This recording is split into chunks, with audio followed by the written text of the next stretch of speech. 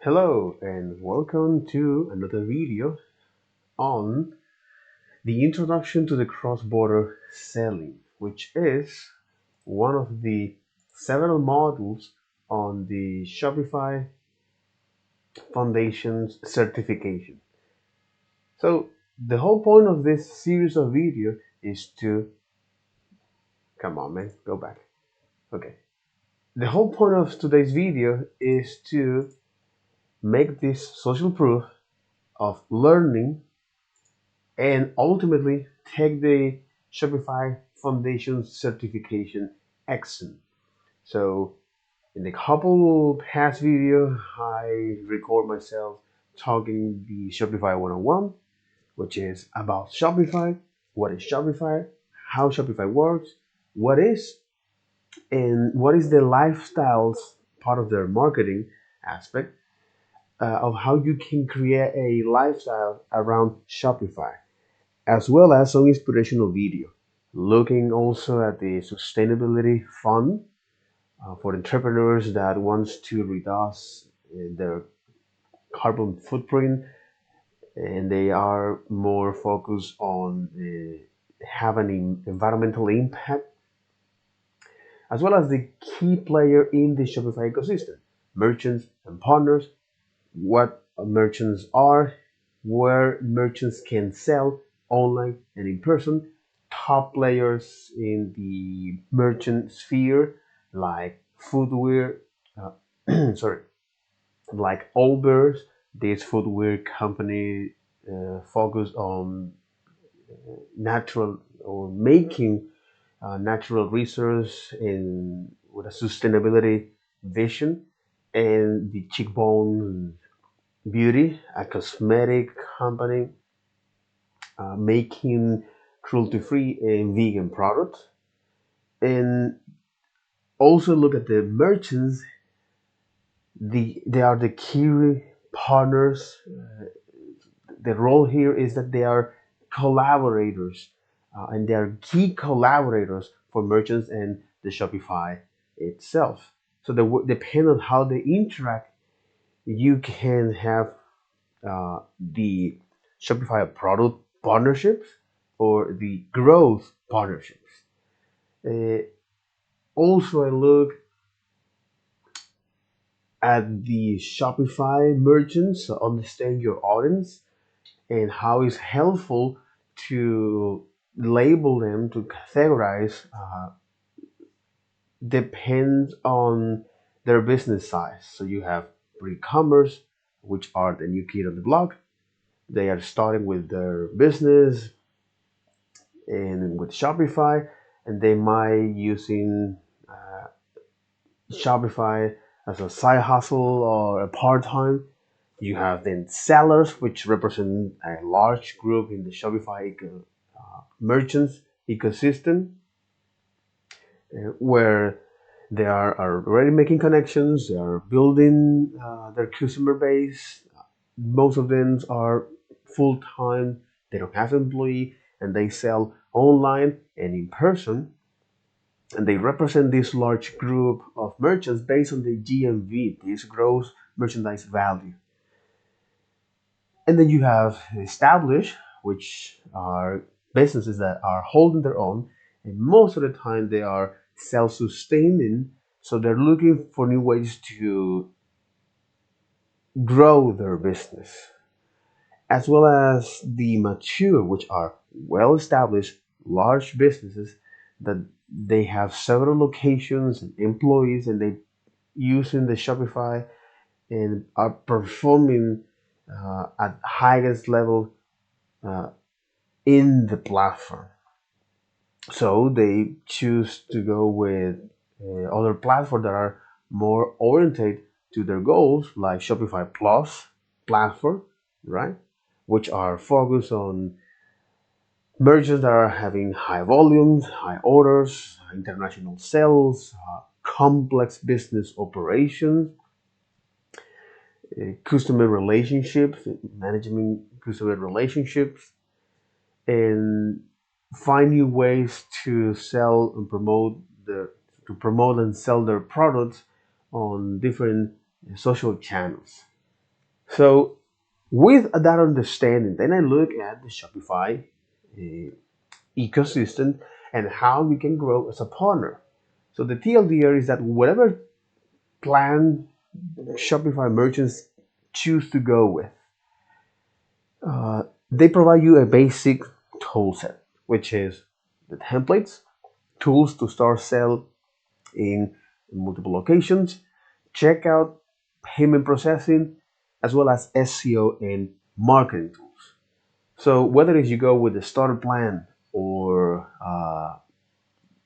with the Shopify Plus partner, the way how these partners interact and how they can grow in the with Shopify is through the Shopify partner program, which they allow you to access for free in the platform so you can experience how you can create limited development stores, which are free Shopify stores that you can use as a template to customize based on your client's needs and act as, act as a development store uh, to build themes and applications.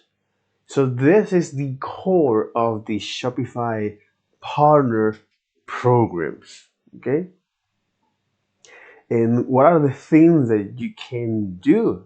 Well, building and selling online themes, applications, uh, system integrations, as well as service or developing stores in so developing and set up a store and providing tools to grow their business. So this is the main four areas of what Shopify developers or Shopify partners can focus. Building online things or exactly. And this is something very, very important. And the more you integrate each one of those aspects as a Shopify partner, that you have a more holistic view, what ultimately you provide is value to the client, to the merchants, okay, based on your experience, so the better off will be for you. So I have experience building web application, or in this case, building uh, public apps. Okay, but the things that you can do, as I mentioned, is well, online themes, something that I'm gonna put at practice after this video. So themes, uh, designing and selling online themes, designing and selling applications, developing and set up a store as well, and tools to grow their businesses. So the TLDR is of a Shopify uh, provides, the service that a Shopify provides to merchants, the Shopify partner provides to merchants is to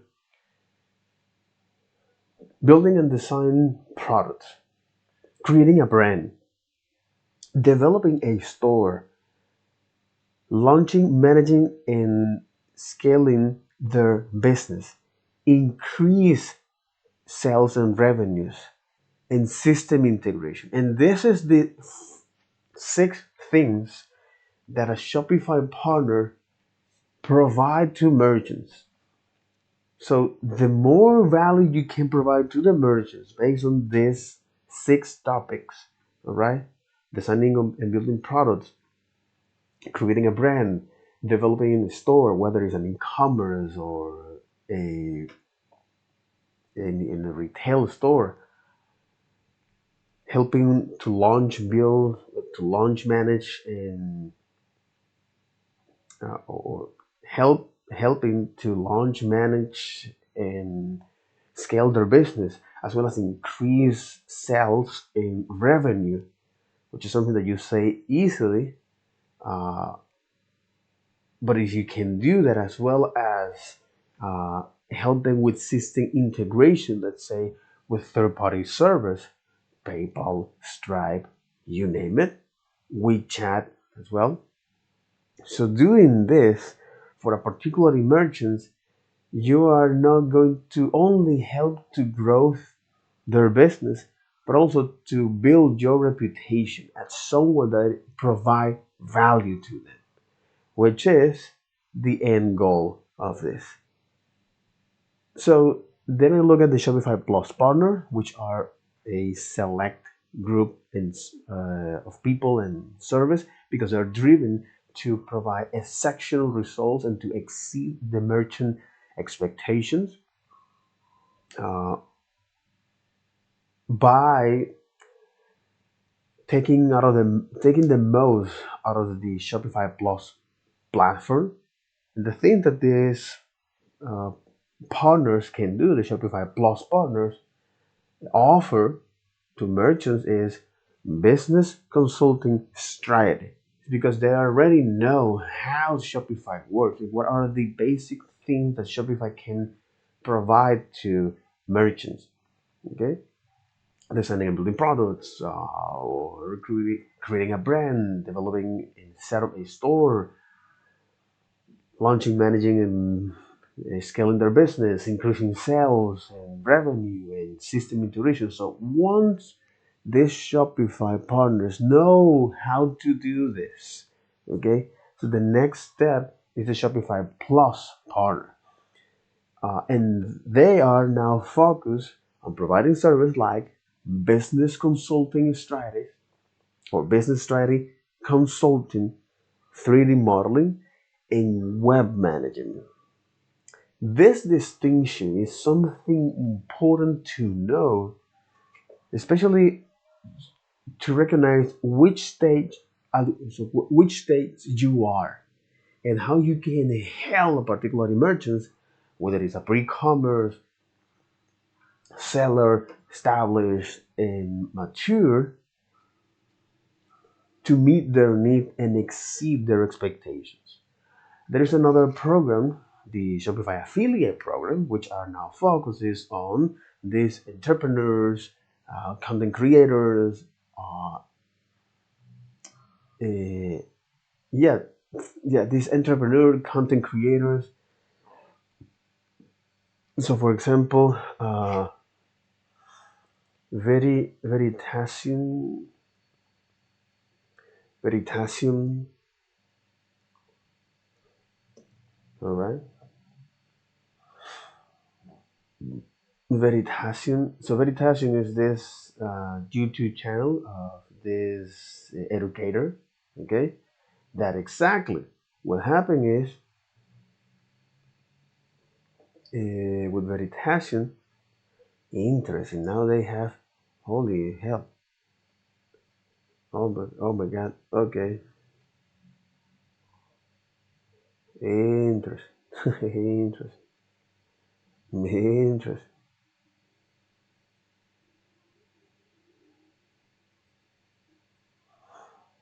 interesting,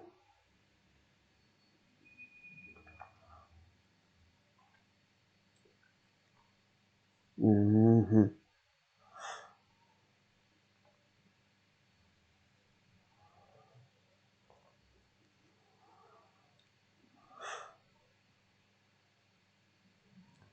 interesting.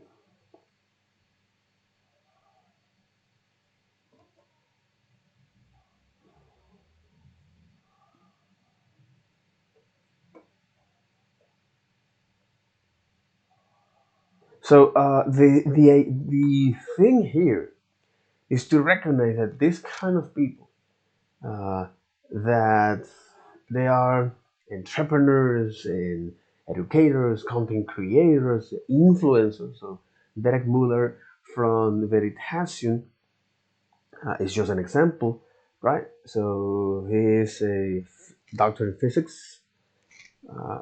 He holds a PhD in physics, or is a science communicator. Okay, so he's a science communicator Okay.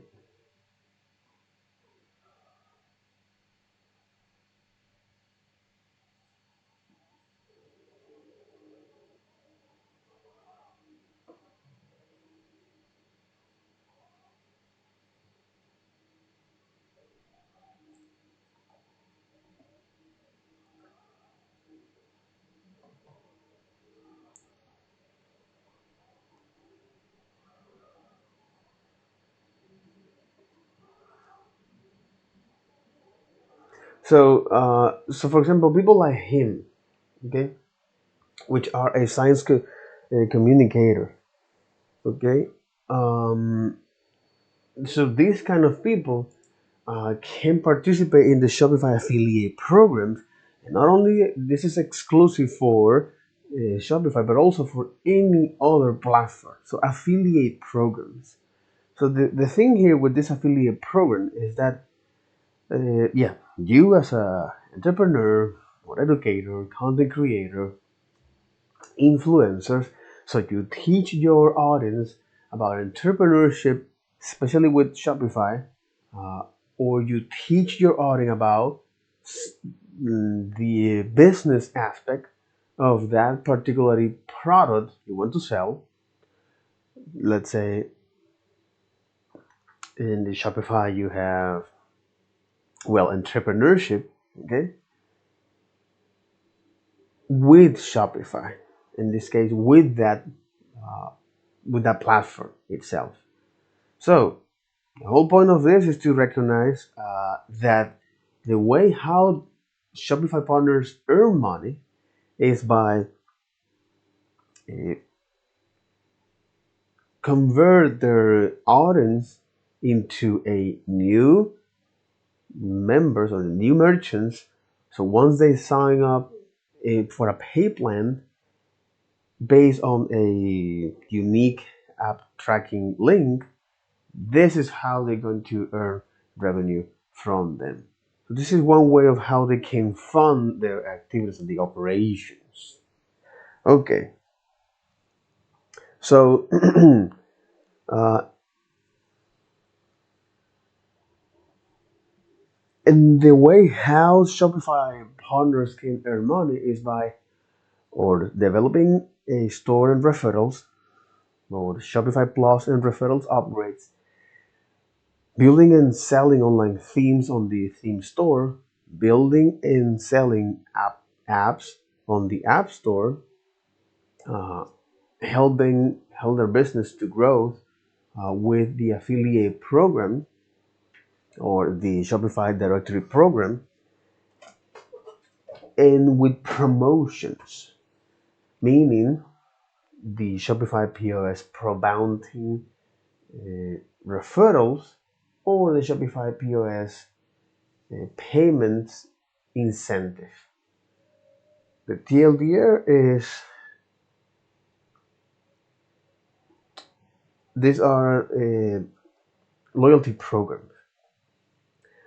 So then I look at what is the Shopify platform, meaning what is the component of the Shopify platform. You have the admin dashboard, the collaborator account, the Shopify platform itself, where they provide you the online store, the checkout, as well as admin features that you can extend by installing or creating your own applications from the store app. You have public and custom applications. The subtle difference is that customs are for one specific store, whereas public can be either listed and are searchable in the App Store or not, but they can be downloaded through the App Store URL in your store, as well as the sales channels, where allow you to promote and sell product beyond the online store uh, in place like online search, social media, digital marketplace. So online stores, POS, Shop Pay, and Shop App, which is the customer app for tracking package and browsing products, browsing and buying products, uh, Google merchant centers, as well as social channels. These are the places or the type of social channels. So then look at the Shopify Money, okay, where you have the Shop Pay, which is a fast and reliable checkout for customers. So it saves the billing address and shipping data. You also have an option called buy now, pay later, or pay in installment.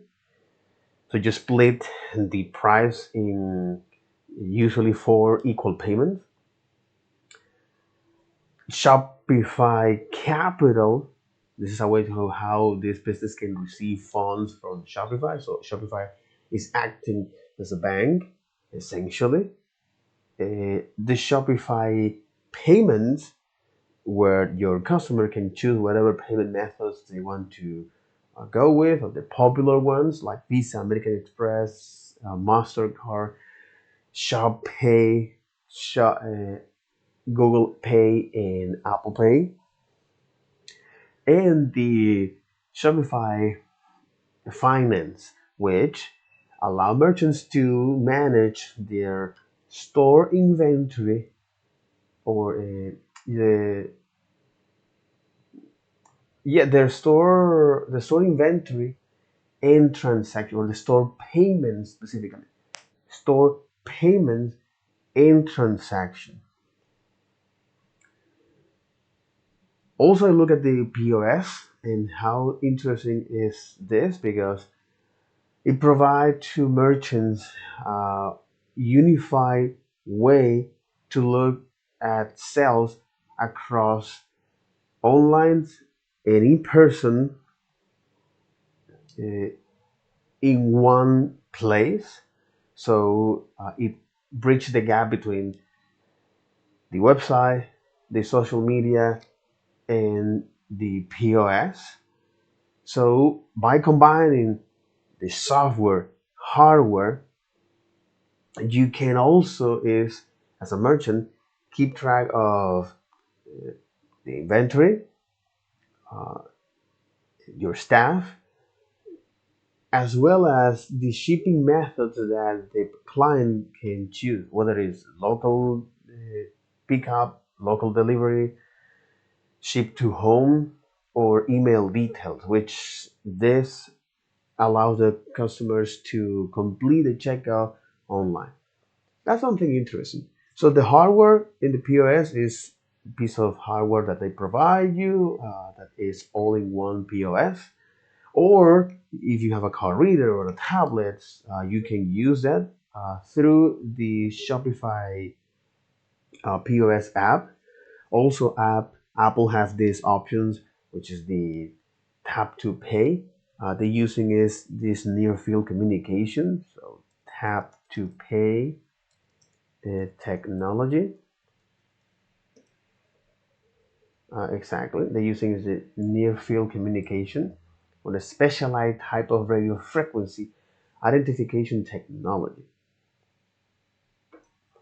Uh, does tap to pay use NFC or RFD to enable transaction, a subset of radio frequency identification. And this exactly is only works exactly. The thing here is that uh, the way how this works is by a range compared to RFID. NC work for smaller distance in the range of 10 centimeters. So the other people must be very, very close to you. Well, RFID technology can transmit data up to 100 meters. And that's what happened, that you have to be careful with this. And this is something interesting. This is very, very, very interesting. Uh, because unlike this is also uh, another interesting topic. Okay, another interesting topic of this. Yes, yes. This is another interesting topic. Yep, like that.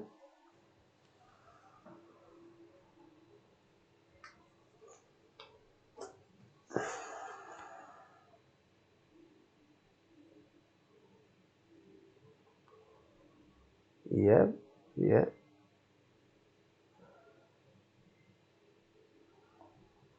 Uh,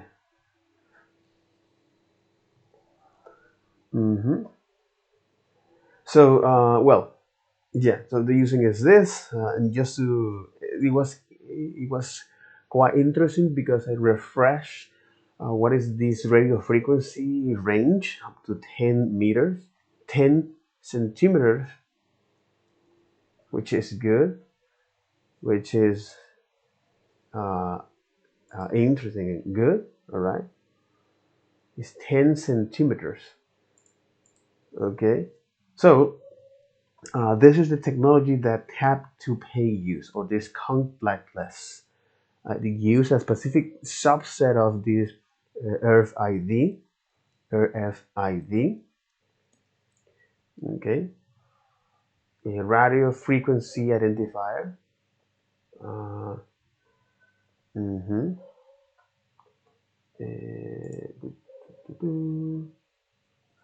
Radio frequency identifier. Mhm. By the MIT. Holy hell. Interesting. And it was developed by the MIT in 1920. Okay. But is that radio frequency identification? Interesting. So with this, so this technology, okay, depends on the band, regulated,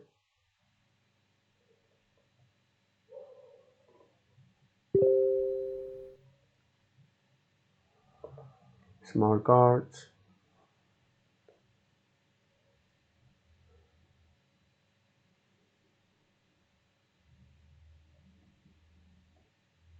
It's very, very interesting.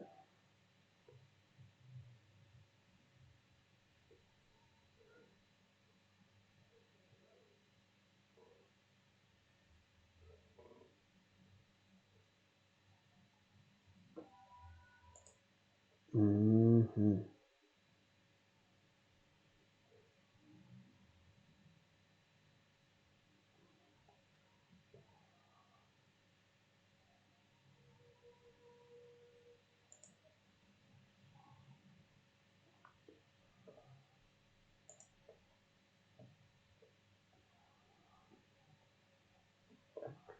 So yeah, this go beyond the scope of this. This is actually something interesting to know about it. The RFID tag using libraries, square book tag.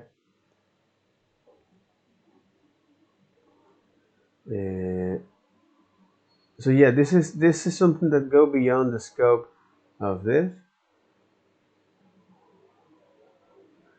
German privacy, consumer privacy. Catherine Albert, spy chip.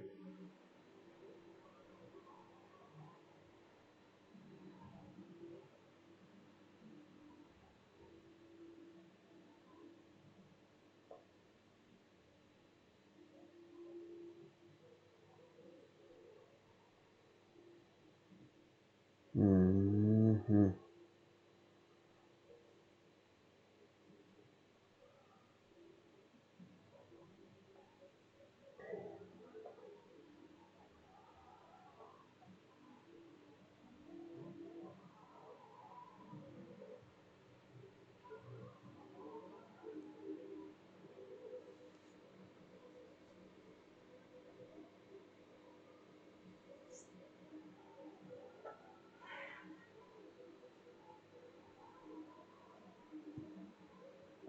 So okay, this is very very very interesting. Um,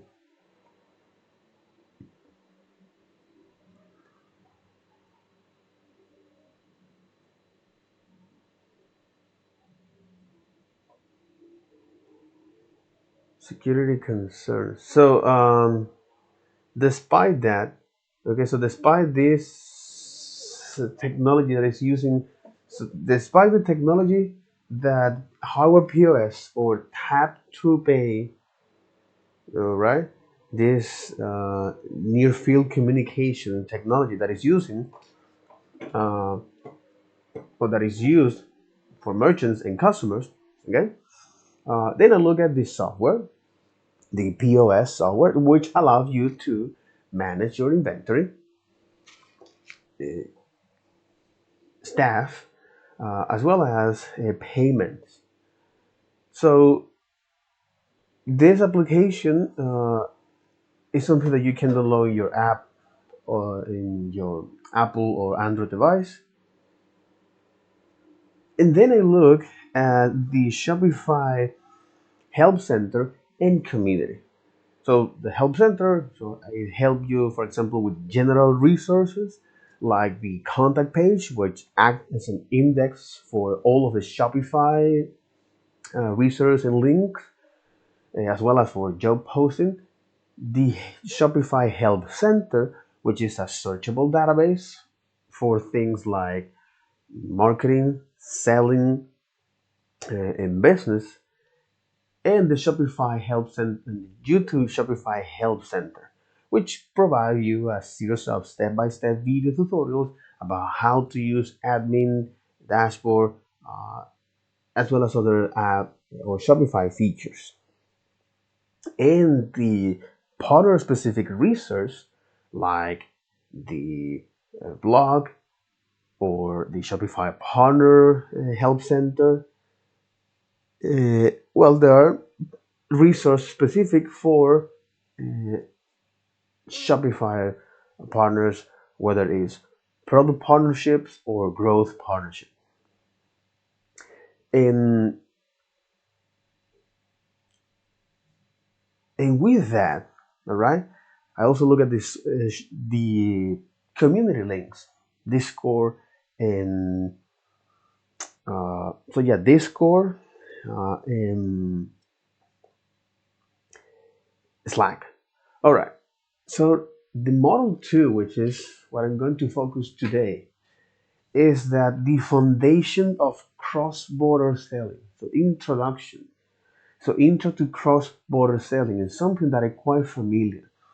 So one way they did to legitimize their content, okay, is they show a study made by Insider Intelligence, this subscription-based market research company, that in 2024 e-commerce sales expected to total about $6.9 billion, where 1.3 is, let me think, it was this, where 1.3 goes to the US and 3.6 to China. And this is one of the reasons why a lot of these companies, top tech companies, are heavily targeting China. Because, and this is also why Xi Jinping is trying to protect that country with this massive regulatory, especially from these giant corporations. So the TLDR is that this government wants a cut from that. Period. Period. Period. So that was also something very very interesting. Very very interesting. $6.9 billion is the expectations on e-commerce sales according to Insider Intelligence, this subscription-based market research company. Okay, so then I look at what is the cross-selling.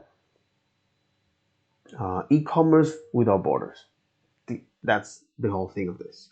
And there are some benefits and cons. So the trade-off here, or the benefits, is that by expanding you globally, you now make yourself, or you force yourself to be competent.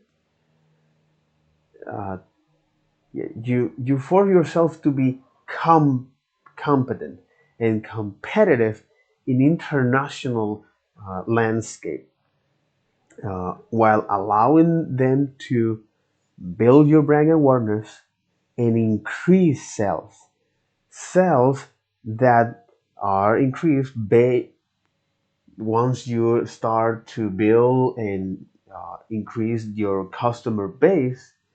That if you provide a localization or a specific user experience for them, okay, or if you tailor it a custom experience in that market, you will not only increase your sales but also uh, retain, or over time you will have customer retention, which that is what makes your business sustainable. Okay, that is what makes your business sustainable. uh, so if you need to move, so that is what makes your business sustainable and flexible to move your operations when to other location when you need it. This is at least uh, the main key aspect. And this is something interesting because the way how I understand this is by this narrative. So the way you understand topic is by describing the story behind that. This in 2 days, I learned the benefit of this. So by dedicating is what, 50 minutes or less, uh, is, well, to be honest, 3 hours. Sorry, but it's that. It's like by understanding this, it was very very interesting. This is story. This is something that is built in ourselves. So the capacity that we have to understand story uh, is something very very interesting as a way to make sense of the world. That's one of the reasons why we dedicate, or why we devote, or some folks devote their life to the Bible, to the science, to whatever narrative they can go with. And this is very, very powerful because this is unlearning. The way how I understand the vast majority of things has nothing to do with repetition. It,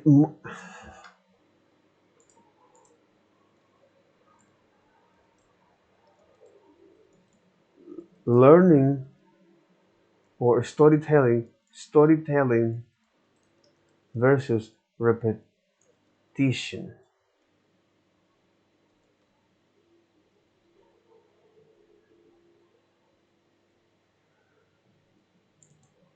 Repeat,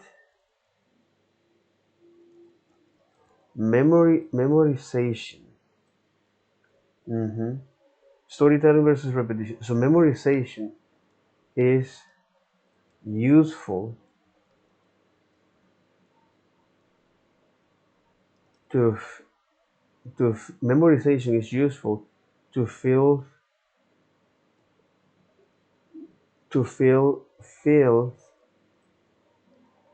on an accent.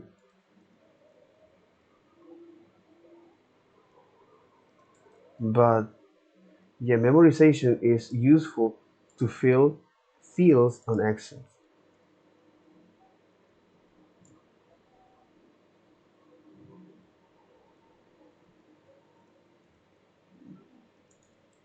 Not to understand, not to understand them, not to understand them. Storytelling,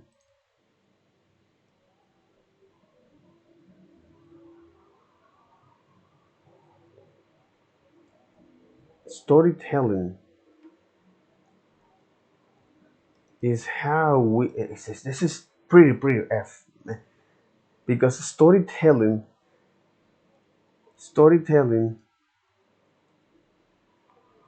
reveals, not to understand it. Storytelling reveals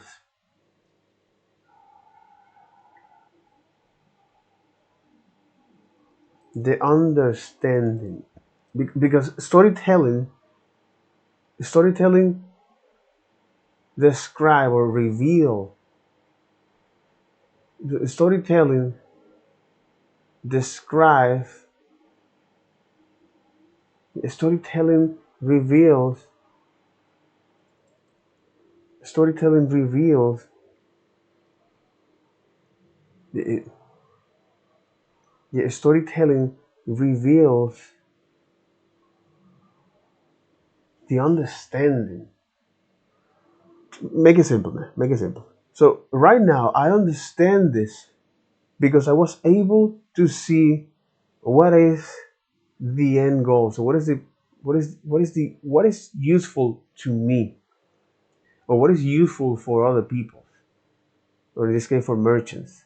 So is this usefulness? Is this usefulness? Is this utility? Uh, so storytelling reveals the utility. So storytelling reveals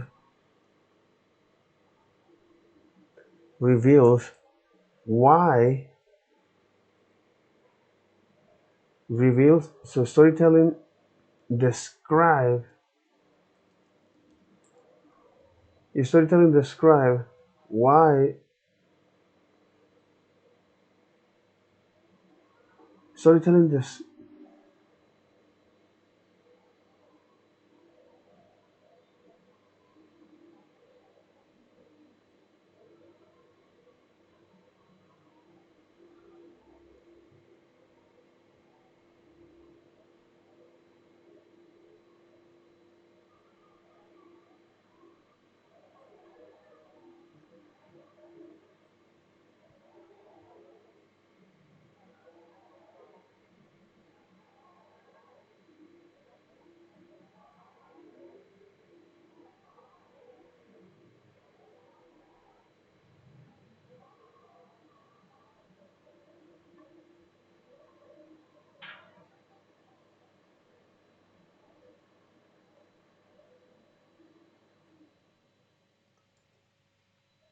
So storytelling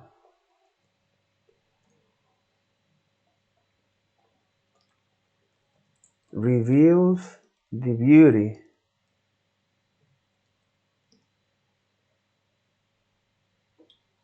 So storytelling reveals the beauty of why.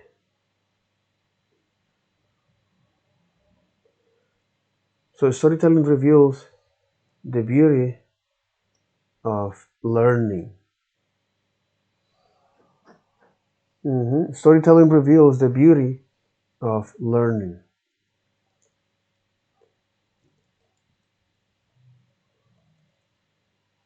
So, understanding, storytelling reveals the beauty of learning. Why,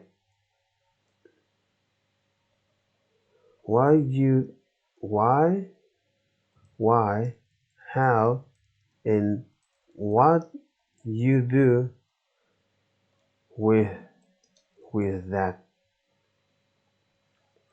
So memorization is useful to feel feels and actions, not to understand them. Storytelling reveals the beauty of learning, why, how, and what you do with that. So writing and speaking are crucial. So throughout history, so writing and speaking has been our has been the tool. Yeah, writing and speaking has been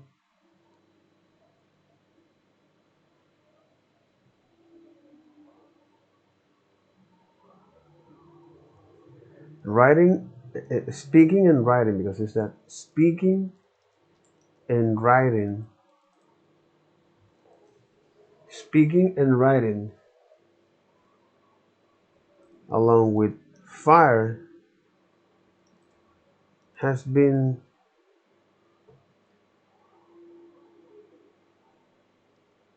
or has been our intangible intangible assets. Your speaking and writing along with fire has been our intangible and tangible assets that allow us to create wealth, to create and transfer.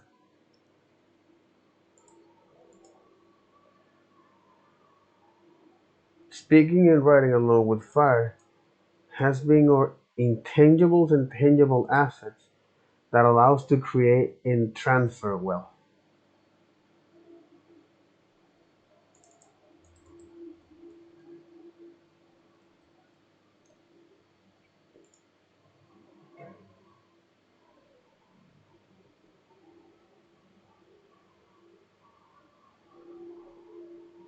Speaking and writing along with fire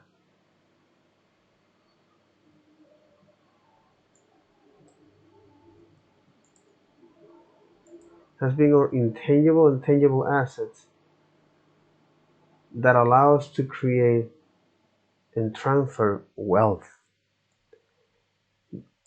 Is because this is something exactly that allows to create and transfer wealth. Whether you like it or not, but it's actually not that.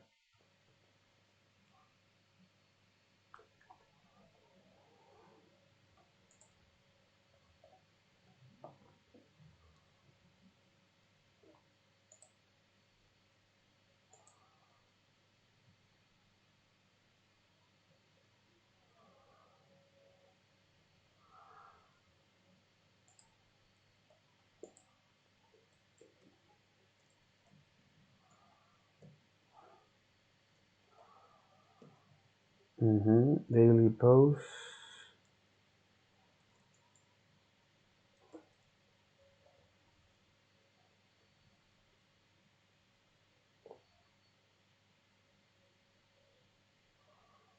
hmm This is learning versus memorization. Memorization.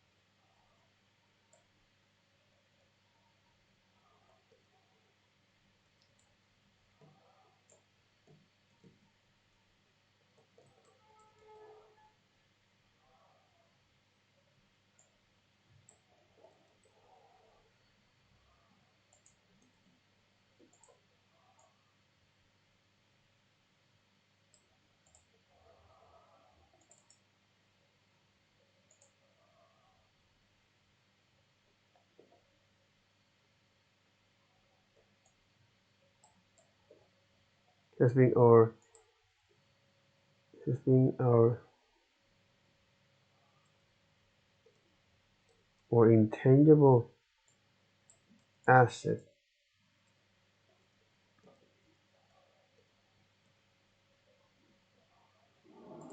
and transfer wealth.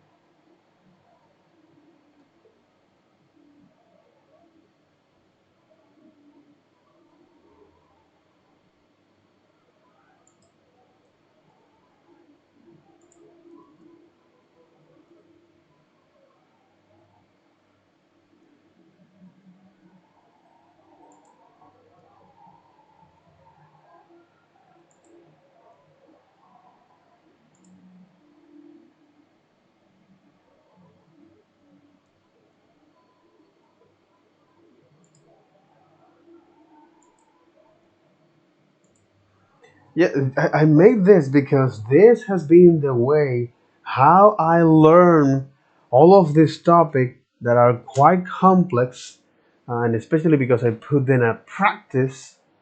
Okay, in a way that is helpful for me and for others because now I see the relationship here. So I see the meaning behind these words. I'm seeing the meaning behind those words. And that is something interesting and powerful. And that is something interesting and powerful.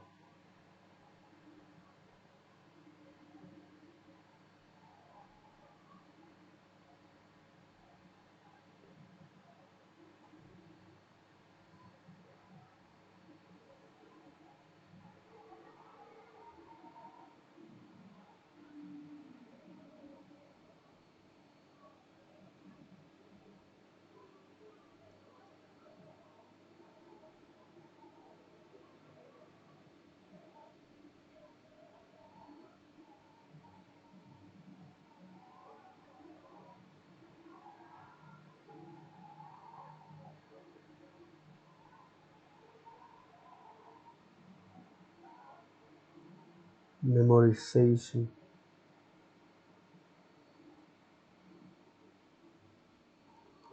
Memorization versus learning.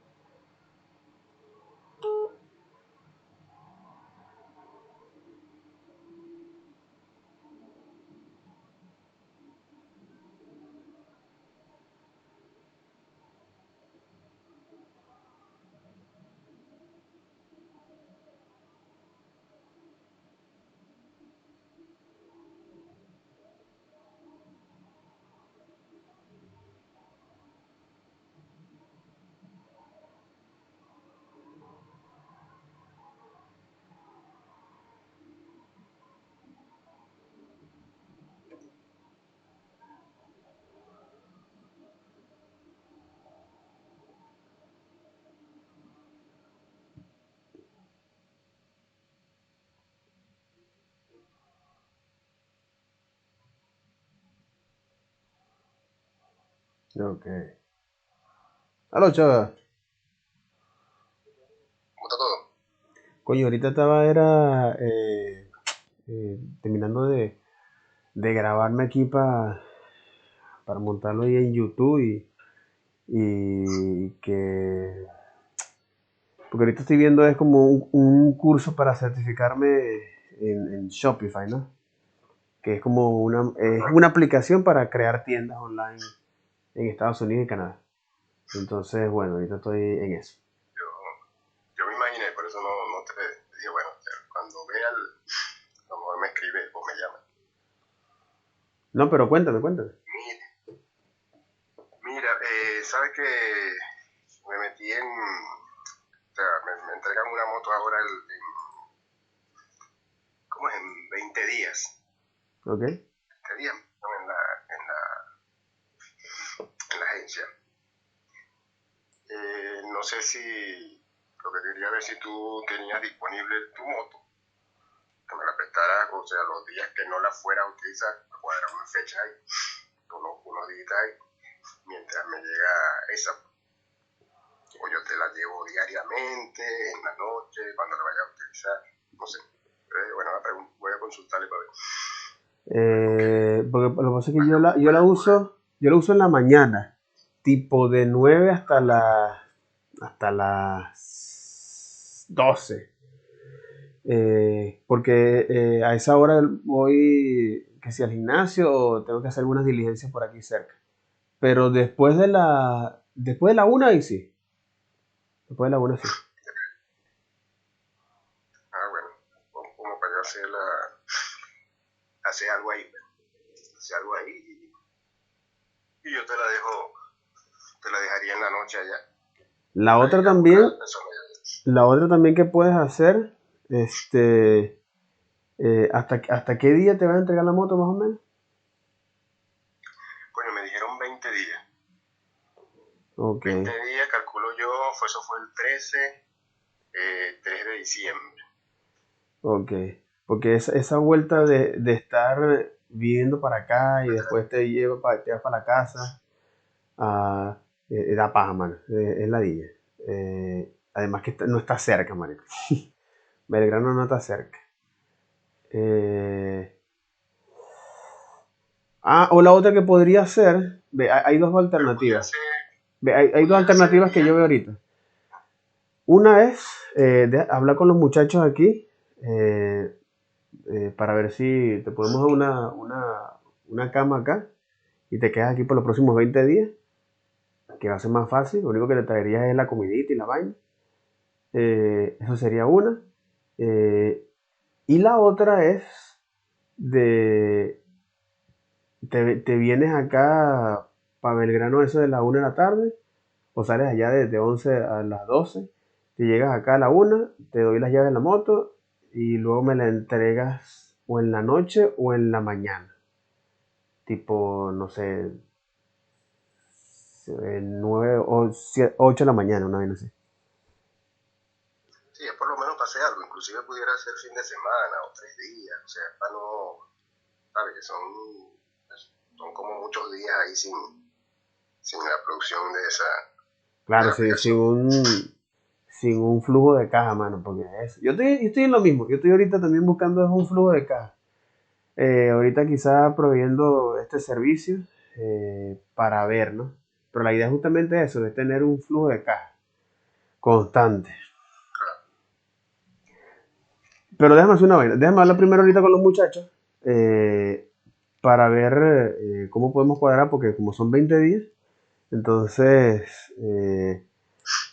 te Sí, puedes a lo quedar mejor no aquí. sean, O sea, sí, a lo mejor no sean los 20, a lo mejor no sean los 20 días, ¿no?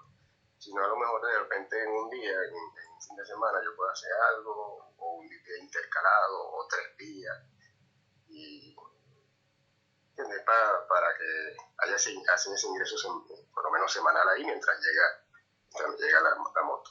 listo. Bueno, vamos a hacer esa vaina. Puede ser, Déjame o sea, entonces no, hablar no con puede los ser, muchachos de una vez y hoy mismo te doy respuesta. dale, pues, sí, era eso para para eso, para yo, ¿cómo es? Eso, para tener ese flujo de caja, pues. Parado. Eso, para no Sí, estar parado, exacto. marico. Para no estar parado. Para no estar parado. Ese flujo de caja parado, bueno, No cuadra. no cuadra. Negar, Pero marico. por lo menos Negar. ya resolví lo de la entrega de la moto y por lo menos hay una fecha. Hay una fecha de entrega que me dijo la chapa. Y ya te la entregan patentada ya. Ah, perfecto, perfecto. Perfecto, perfecto. Bueno, ah, déjame terminar ahorita por lo menos lo que estoy haciendo. Quedo pendiente entonces de hablar con los muchachos y te aviso a eso de como las 2 de la tarde, que es cuando termine de hacer todo lo que estoy haciendo y eso. Otra preguntita, ¿tú fuiste a buscar lo de la transferencia? No, marico. No, No, porque ahí venía, ahí tú pediste el autorizado, ¿no? sí. Bueno, pero de repente cuando nos veamos, tú me das el papelito, lo que tengo que llevar. Ah, ok. Te dieron un recibo, ¿no? Un recibo. Sí, Algo. sí. Yo lo tengo incluso, o sea, se supone que tenía que yo pasar en esta semana o la semana pasada. Solo que bueno, de nuevo, estoy justamente como tú, buscando eso, un flujo de caja, marico. Entonces, bueno, igual eso yo puedo seguir circulando con esa vaina como tal, con el Sí, autorizado. claro, eso. Ah, bueno, no hay problema entonces. Pero bueno, cuando nos veamos, si lo tienes, me lo entrega y yo lo puedo solicitar. Como el chamo ya me conoce, ya lo conoce. De tanta veces que he ido. Sí, no, y fíjate que todavía no me han dado la patente de la moto. No jodas. Me dieron otro papel para el 25. No. Él cuando me vio me dijo, oh, no, ahí no ha llegado nada. Qué Ya el fuerte. chavo me... Nah, bueno, claro, también por el peor de las elecciones. Sí, sí, aquí todos, bueno, pues yo por lo menos porque tengo, bueno, no sé cómo mierda ocurrió esa verga, pero tenía un golpe, lo que es la tapa del encendido, que estaba botando aceite. Uno de estos técnicos ahí que el carajo se lanzó como monotributista, ¿no? Está por aquí mismo por Vicente López. Eh, Él lo que hizo fue colocarle masilla y bueno, y ahí la parapeteó, ¿no? No bota aceite por ahora, está bien, pero yo estuve como un mes y medio tratando de buscar esa tapa. Y bueno, al fin, ¿no? Al fin, hace una semana me dijeron que sí, ya se había reservado Ah, y que la tapa solamente costaba 60.000 pesos. Y yo, nah, huevona. Pero bueno, no, la vaina es que por lo menos lo puedo cubrir, pues. Eso. Y entonces ahora tengo que esperar a que llegue a la sucursal de acá eh, de Urquiza, porque es Motos Urquiza. Entonces voy para allá, la busco y se la doy al técnico, el mecánico y que la monte y listo, marico. Y ahora sí nos está pendiente con esa moto 24/7. Pero sí, no tiene bote como tal, menos mal. Lo que no quiero esperar es que a que llegue el verano, porque sí es verdad que esa masilla no creo que aguante mucho. Y es eso, es eso. no, bueno, y en caso de que no llegue la tapa, se puede buscar también por ahí No, se le por aplicará, competitve, a ver si se consigue más económico. se le aplicará Ya masilla asegurado. igual. Se le pega masilla igual hasta que se llegue la tapa. Pero es eso, pues, o sea, todos esos procesos, marisco, con los de las elecciones, bueno. Pues. Y cuando ves las publicidades en YouTube, cuando tienes chance así como de escuchar música o ver algún podcast, marisco, los caras sí te bombardean así con publicidad llena de No, miedo, sí, así, a tres tablas. sí, sí. Entonces yo, no, marico, eso no funciona conmigo, ya yo sepa, mano, ya esta película no las hemos vivido, y lo digo en plural Viene del porque futuro. eso, pues, no. Venimos del futuro. No, no, no, no. Ya sé lo que tengo que hacer y gracias, muchas gracias, mano. Pero sí, por eso estoy ahorita como terminando aquí el curso y grabarme como tal. para eso, pues, para crear como esa prueba social de lo que estoy haciendo y en donde he invertido mi tiempo, ese tipo de cosas. Pero bueno, ahorita estoy compitiendo nada más y nada menos que contra pakistaníes, hindúes, africanos, chinos, tailandeses, que se están sub pagando, mano. Entonces, así como que, bienvenidos. Como decimos allá en Venezuela, ¿no? Sopórtala, pues. Claro que sí, mano. Claro que sí. Dijeran los amigos invisibles, esto es lo que hay. También. Esto es lo que hay. Esto es lo que hay. O la vieja confiable. Sopórtala, pues. Así de claro, sí. ¿Vas a llorar? ¿Vas a llorar? Dices, bueno, sí, pero le sigo echando bala, pues.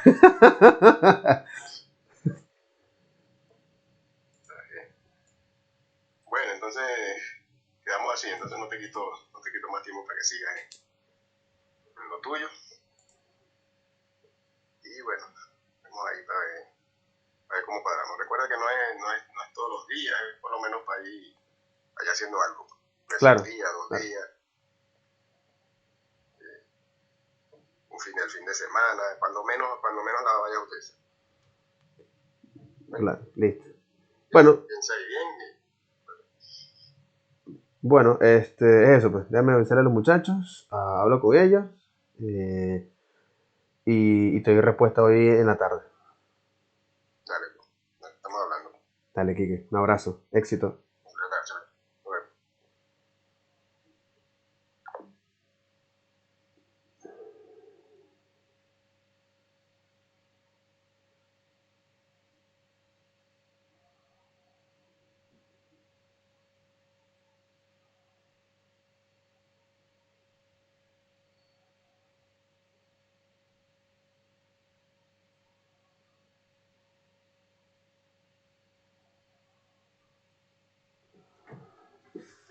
So, move on.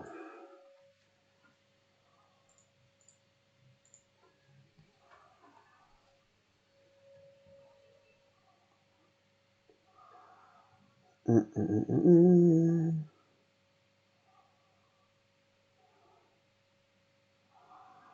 Mm, mm,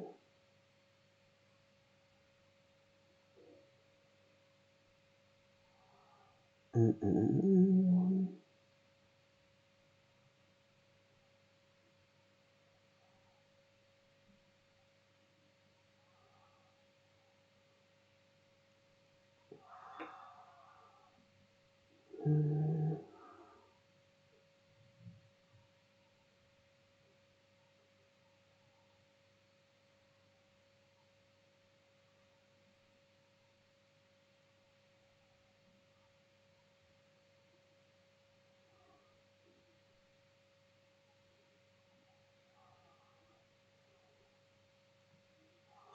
All right. All right. Okie dokie, my friend. Okie dokie. Uh-huh. We are. So this is. I was looking at the introduction of cross-border payments and how my friend, to me was very, very powerful to learn about this narrative, my friend. You know, it was very, very interesting and powerful how I learned about this narrative. You know what I mean? Uh, because with that, now it makes a lot of sense of how useful is the cross-border payments. Okay, as well as the trade-off, or in this case, the cons. So the benefit of cross-border selling, which is commerce without borders, is that by expanding to global markets, it makes you competitive in the international landscape. Why? Because with that, you can provide your service So you can make, so you can provide your service, build brand awareness, and increase sales by reaching new customers, and increasing your customer base, where you can offer a tailored experience based on the geographic or based on that particular market to increase sales and customer retention over time, which that is what makes a business sustainable and flexible when it comes to move your operations across different locations. So this is the benefits of that. So global expansions, increased sales, tailored an experience or localization, and the sustainability and flexibility. But the trade-off is you have to navigate compliance, managing compliance. So tax, duty, and restrictions are different in every market. Okay, so tax, duty, and restrictions are different in every market. So policy change, government can change the policy, policy can change, currency variation or currency fluctuates. Merchants must be aware.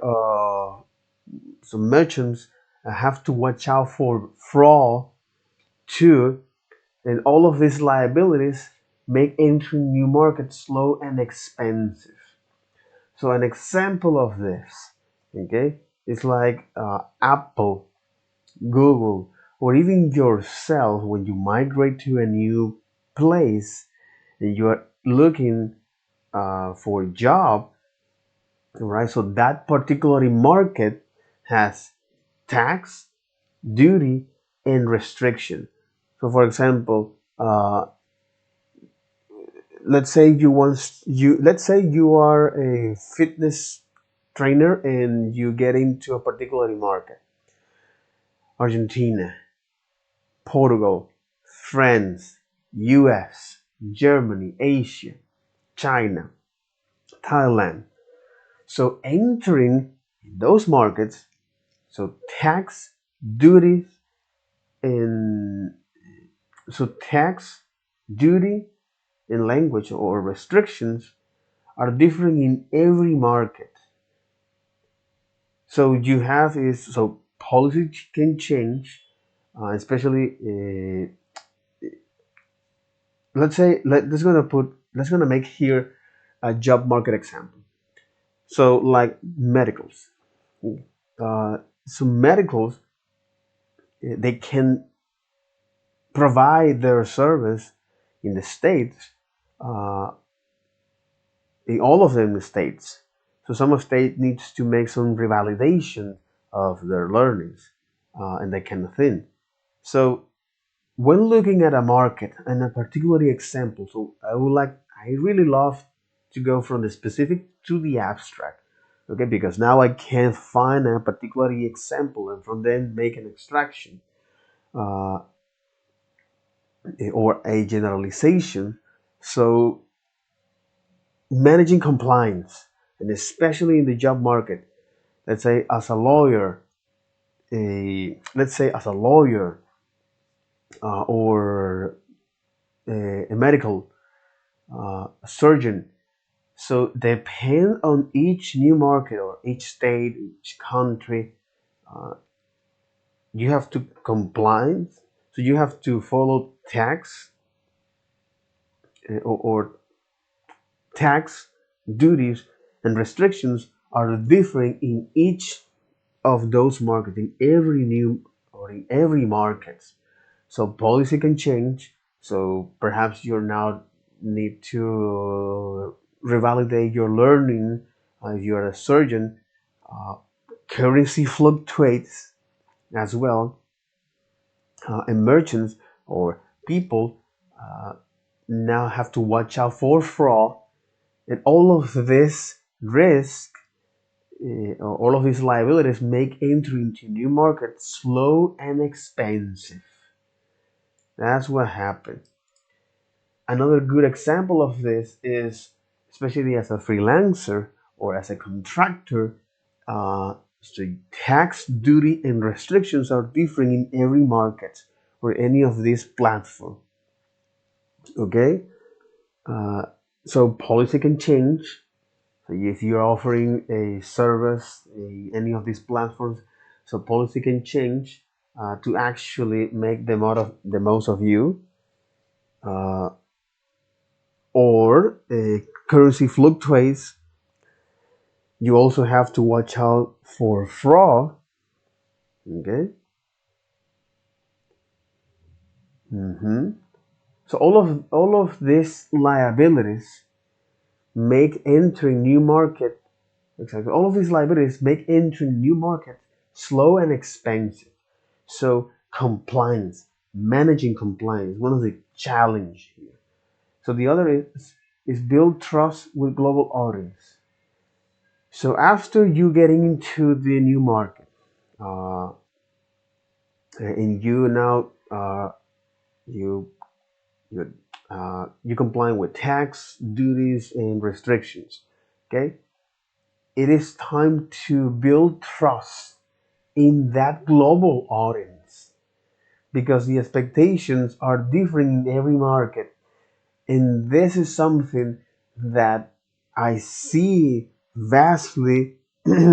Yeah, and this is something that I see vastly as a freelancer or as a consultant is that expectations, buyer expectations or client expectations are different in every market. So it's not the same you to offer your service as a software engineer or as a Shopify. Okay, so it's not the same to offer uh, your expect your expertise to Canada or the United States in contrast to the Europe or Asia, Australia or Latin. Because as you get into the new market and then you comply with tax, duty, and restrictions, you acknowledge that the policy changes, the currency fluctuates. You also have to watch out for fraud. Okay, so despite all of this, you entering this new market, you also have to build trust in this global audience. You have to build trust in this global audience, my friends. So expectations are different in every market. Expectations are different in every market. This is something that resonates to me vastly. So expectations are are front touch different in every market. So market expectations. So buyer expectations are different. hmm Jesus, different in every every market. So buyer expectations are different in every market. So buyers want to shop in their local currency and language.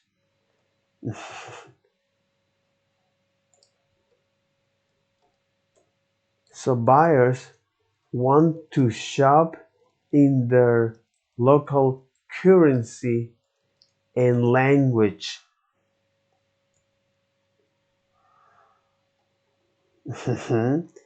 Local currency and language with their preferred payment methods and not get hit by surprise fees upon delivery. But this is very narrow specific to the drop shipping.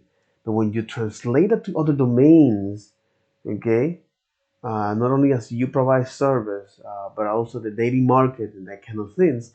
So buyers' expectations are different in every market. Buyers want to shop in their local currency and language. hmm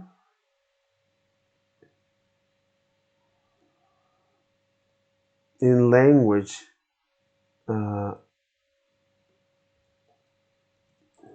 with their prefer mhm, so market expectations, and this is build trust with global audience. Trust and market expectations. So buyer expectations are differing in every market. Buyers want to shop in their local currency and language with their preferred payment method. And I am not saying anything new. With their preferred payment method,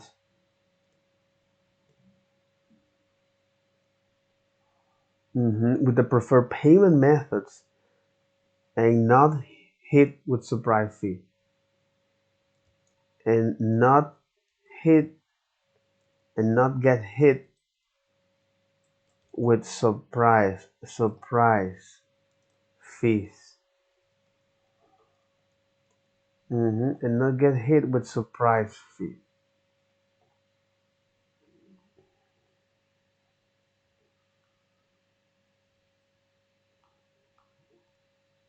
Mm-hmm. Mm-hmm. So, but this is buyer expectations, and not get hit with surprise fees. Dating, job, job, relations, job, relations.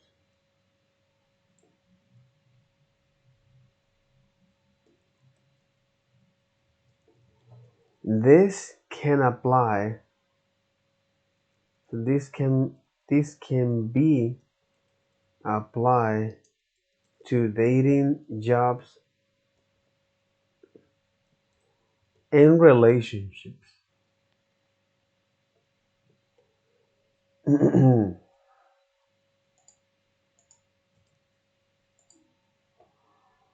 This can be applied to that as well, my friend. Okay.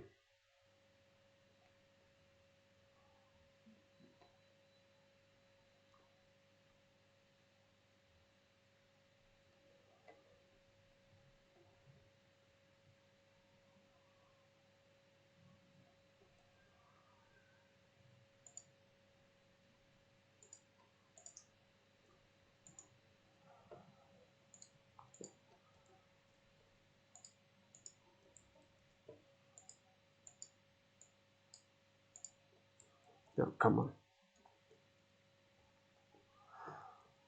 Learning versus memorization. And this is a market expectation and trust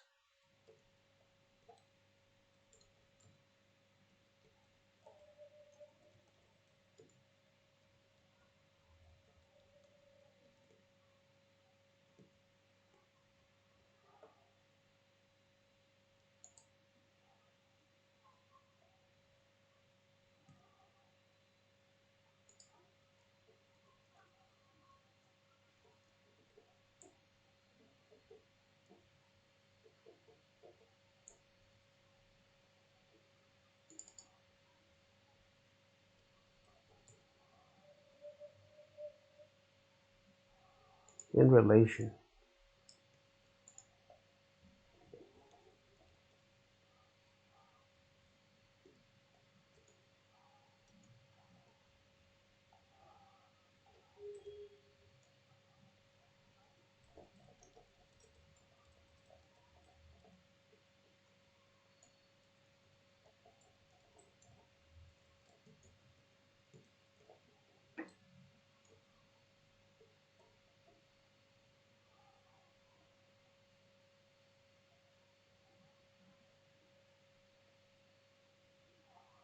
Mm-hmm.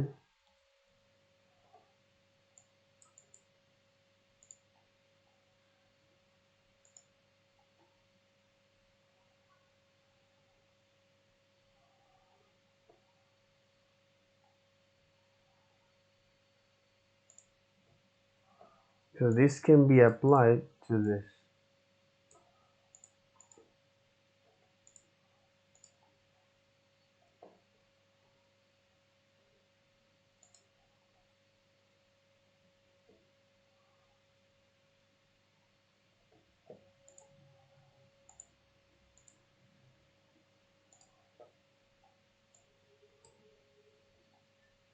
Business and relationship.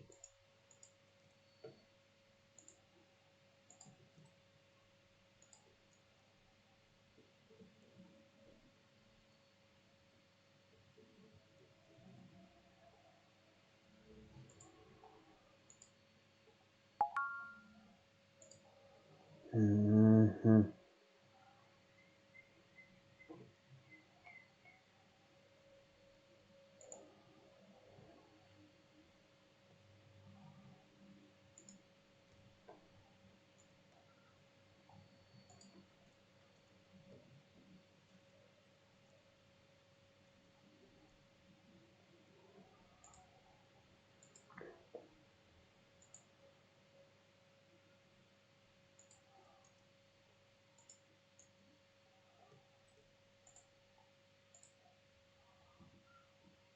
Yeah, completely, man. Hmm. Hmm.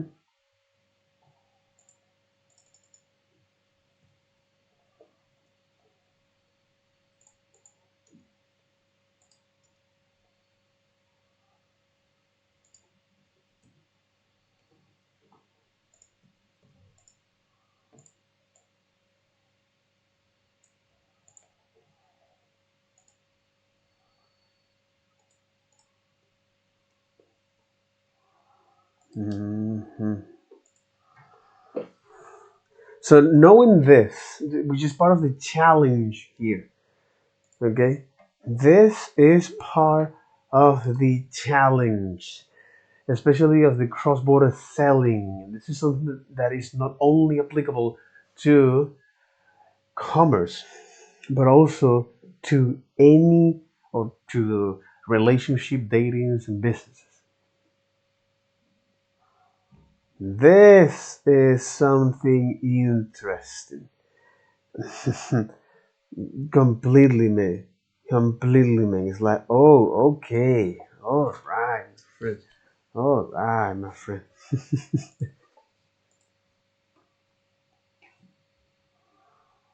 It's like, all right, my friend.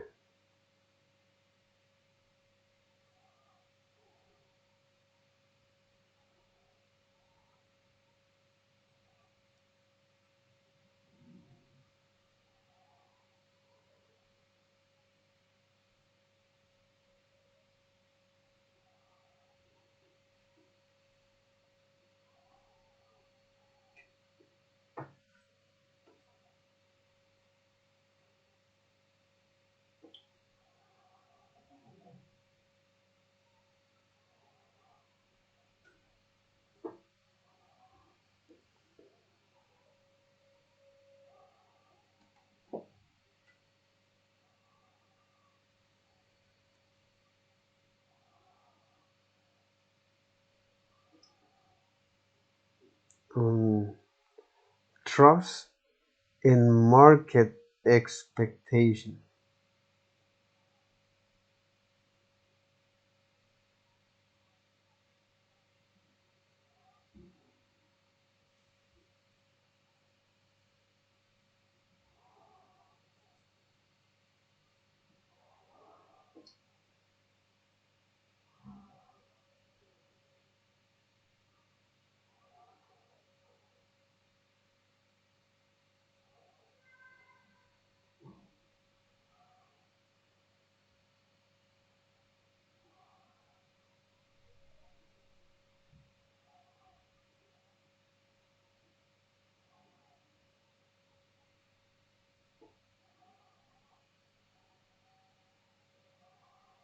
Very, very interesting.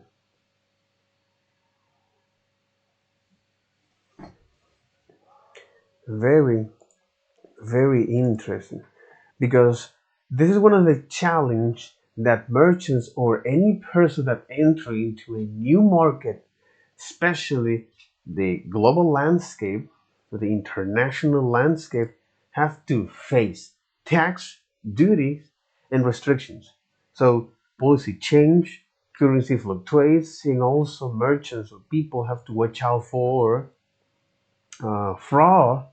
All right. So as an immigrant, you have to be aware of that. Uh, or as a business owner, you know, this is something that it can be applied for dating, business, and relationship. So this kind of liabilities make it enter into new markets slow and expensive. One second, doing that, or as you get into this new market, building trust in this global landscape uh, is something hard, especially because buyers in different buyers' expectations are different in every market. That's what happened. So buyers' expectations are different in every market. So buyers want to shop in their local currencies and language. So if you migrate, for example, to another country, they have different expectations and they want to shop uh, in their currency and language, you know? And just because you have this huge bubble that provides you, for example, the US citizens, uh, because they have this huge bubble, they can jump into that, they can force this kind of things. Uh, so with the preferred payment methods, without getting hit and not get hit with surprise fees. So this can be applied to dating and to dating businesses and to dating business and relationships. So once you tailor it, the once you tailor it, the buyer experience to match these needs, the expectations, so they can shop in their local currency, with their language. Once you do that, now you can increase its customer retention and repeat business. Otherwise, your business will suffer. And when it comes to the physical products, okay, so once you get into this new market, you have you now have so you know how to manage compliance, and then you slowly build trust in this global landscape. So by tailoring your by tailoring the buyer experience to build trust and increase the customer retentions over time and repeat business. The other is shipping, on expensive and complex shipping, because uh, making or negotiating affordable shipping, right? Negotiating affordable international shippings is difficult without high volumes, and especially affordable express shipping with short transit times. So very, very, very interesting, this kind of challenge. And with that, that'll be all for this video. Take care. Bye bye.